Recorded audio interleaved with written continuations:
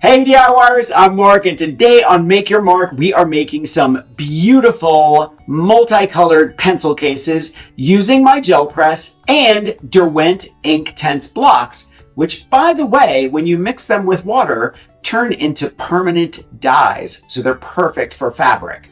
Don't forget to thumbs up if you like this video and leave me a comment if you have a question about this project or you just want to say hey. And you know how much I love it when you pop in and say hello. Are you ready? Let's make some pencil cases.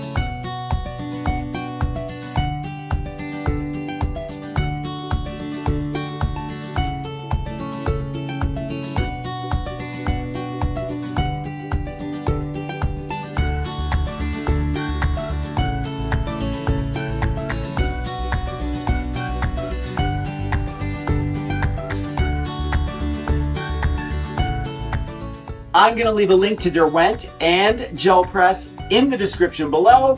Thumbs up if you like this video. Leave me a comment and I will get back to you.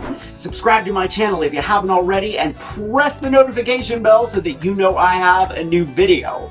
Grab any one of my craft books for inspiration. I think you'll like the Big Ass Book of Crafts Volume 2. And I'll see you next week. Bye.